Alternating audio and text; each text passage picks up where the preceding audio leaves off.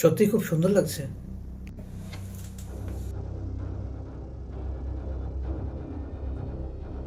এই যে আন্টি, ওই চারা গাছটার দাম কত?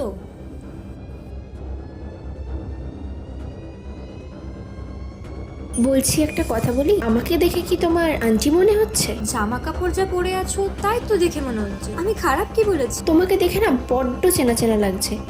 তুমি সোহা তো? এই এক মিনিট, আপনি আমার নাম জানলেন কি করে? তোর আমাকে মনে পড়ছে না? আচ্ছা, শ্রেয়া তাই তো? সো সিরিয়াসলি তুমি ওর মতো একটা মেয়েকে চেনো? এটা আমার ব্যাড লাক যে আমি ওকে চিনি। তোমাকে বলেছিলাম না ওই শ্রেয়া বলে একটা মেয়ের কথা, যে কলেজে খুব বাতেলা মারতো। দেখো আজকে অবস্থা। Oh I see. আমি ওর মুখ থেকে তোমার কথা অনেক শুনেছিলাম।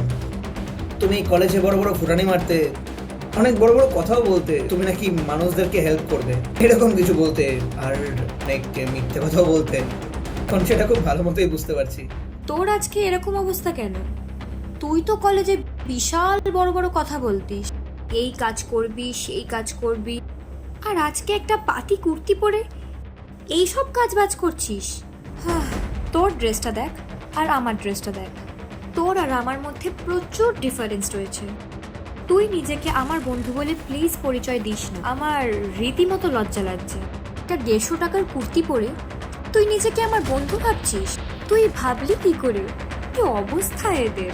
Stop, enough is enough. আমি অনেকক্ষণ ধরে শুনছি তোর এই কথাগুলো। আমি ভাবলাম যে আমাদের এতদিন পর দেখা হয়েছে, তুই আমাকে দেখে হ্যাপি হবি। আমি যেরকম হ্যাপি হয়েছি, আমার সাথে কথা বলবি, একটু বসে আড্ডা দিবি, তা না করে তুই আমাকে অপমান করছিস। ছাড়ো না, বাদ দাও।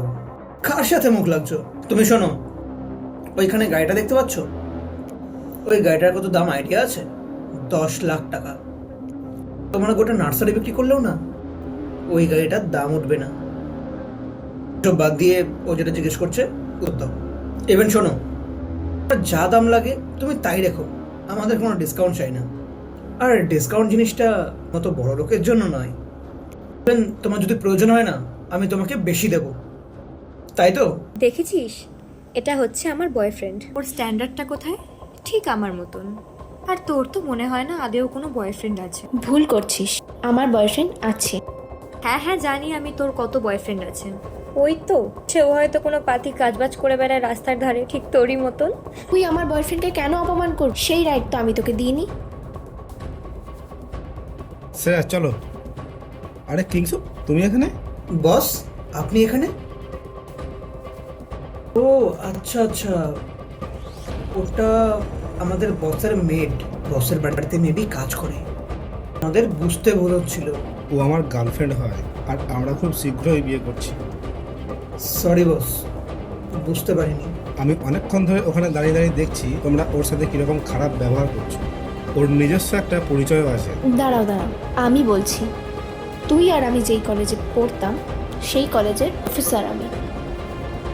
আরে শ্রেয়া, আমি তো তোর সাথে ইয়ার্কি করছি।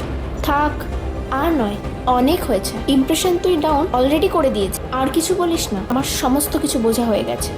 আমরা কত ভালো বন্ধু, আমরা কলেজে কত মজা করেছি, আমি কি করে ভুলবো তোকে? থাক। আর তুমি কি কথা বলছো এদের সাথে?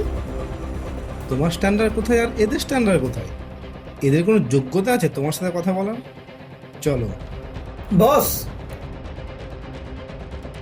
তুমি তো কোনো কথাই বলো না। শ্রেয়া,